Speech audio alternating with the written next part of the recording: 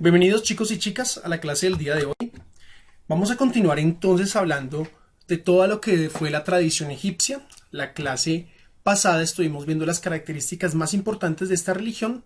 Vimos también cómo es que África, Egipto se convierten en la cuna de la civilización y por ende en la cuna de todas las religiones existentes en el día de hoy. Muchas de aquellas creencias han trascendido en la historia y pues todavía las tenemos en el día de hoy dentro de las religiones más importantes que son en la actualidad judaísmo, cristianismo, islam, hinduismo y budismo.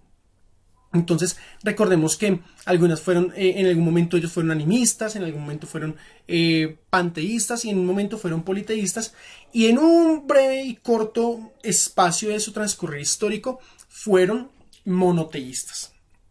Entonces, toda esa gama, todo ese bagaje de conocimiento, todo ese bagaje de cultura se transmitió de una cultura a otra porque resulta que los egipcios tuvieron contacto con muchas culturas.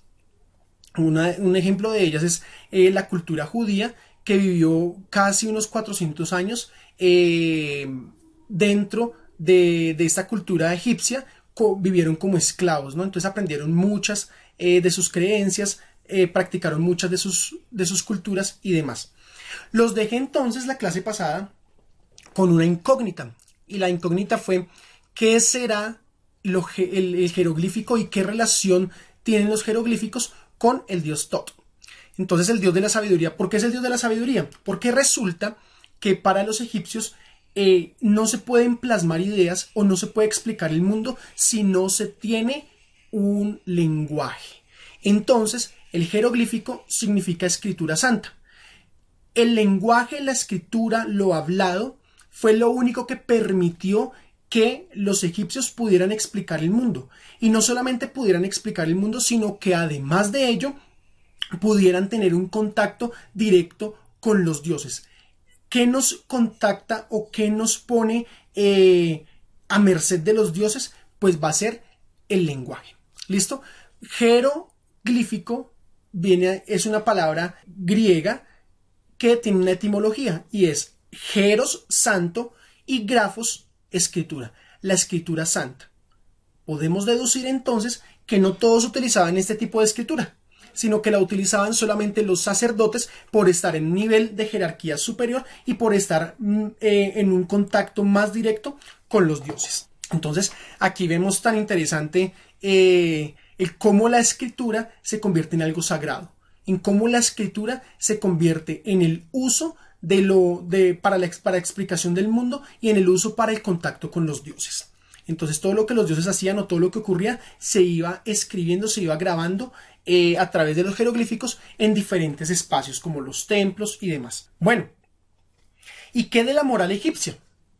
Vimos que las religiones tienen unos aspectos, 4 aspectos importantes y bueno, no podemos dejar de lado el aspecto moral. Ya vimos el social cuando dijimos que adoraban a los dioses por la vida que les daba, por el agua, porque los sustentaban y demás. Esa es la parte social de la cultura egipcia. Pero ¿qué de la parte moral? Tal vez ustedes han visto este dios o han visto esta imagen en algún momento. En muchas ocasiones este ojito que ustedes ven aquí aparece en un triángulo.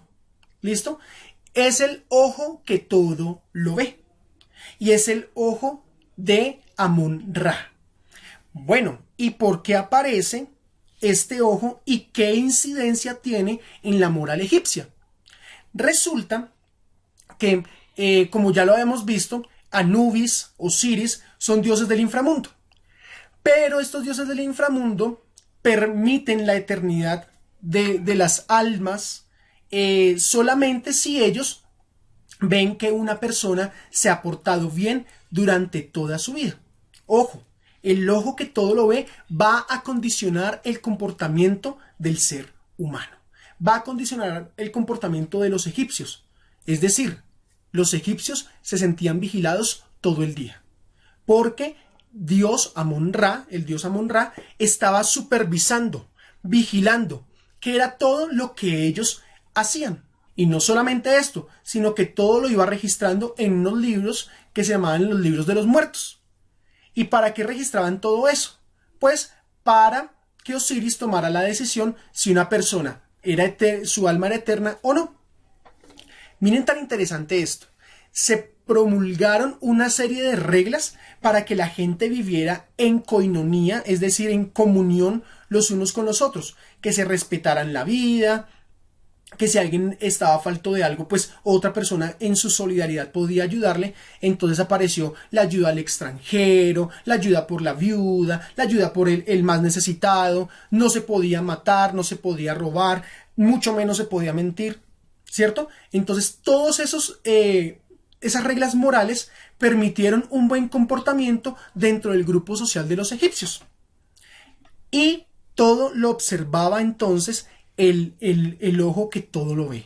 Todo lo observaba y todo lo se iba anotando para que cuando estuviesen esas personas en el inframundo, pues bueno, Osiris pedía que Anubis sacara el libro de los muertos, se leía y se pesaba el corazón de la persona. A ver qué tan buenas obras o qué tantas obras buenas se habían hecho durante la vida.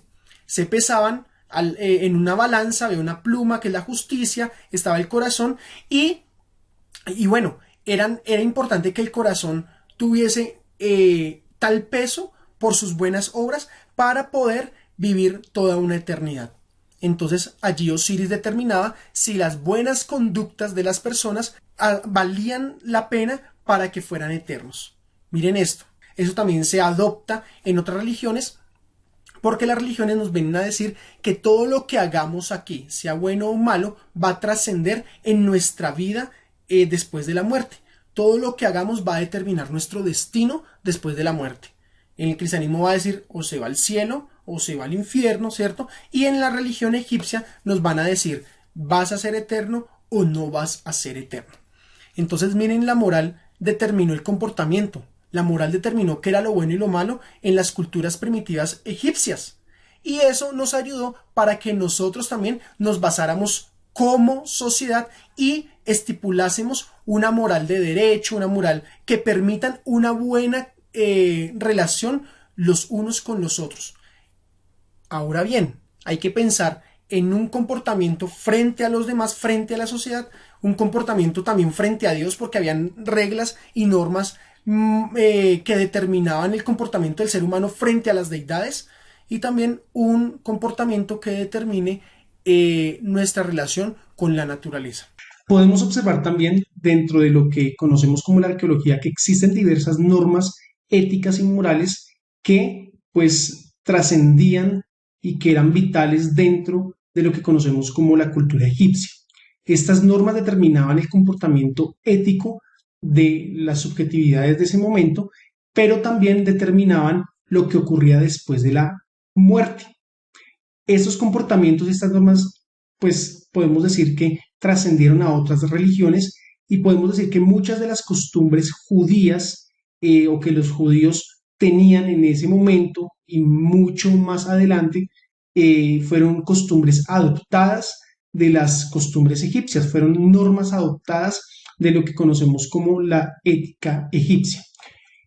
Podemos encontrar entonces que para ellos el decir mentiras, el decir calumnias, el chisme, la blasfemia, la crueldad con los animales, el extinguirle el fuego a alguien, apagarle el fuego a alguien, o cuestiones como contaminar el río, como hacer que el agua sea de unos y no de todos, eran pecados que se constituían dentro del libro de los muertos, es decir, aquella persona que cometía este tipo de pecados, pues tenía que ser castigado, ¿no? También dentro de las conductas morales podemos observar que con respecto al matrimonio no habían cierto tipo de límites, se permitía la poligamia. Poligamia quiere decir se puede tener muchas mujeres o las mujeres pueden estar casadas con varios hombres. Se permitía también el incesto, es decir, se permitía que se casaran con sus hermanas. En algún momento los faraones se casaron con sus hijas y pues era clave importante ser buenos con el extranjero, ¿no?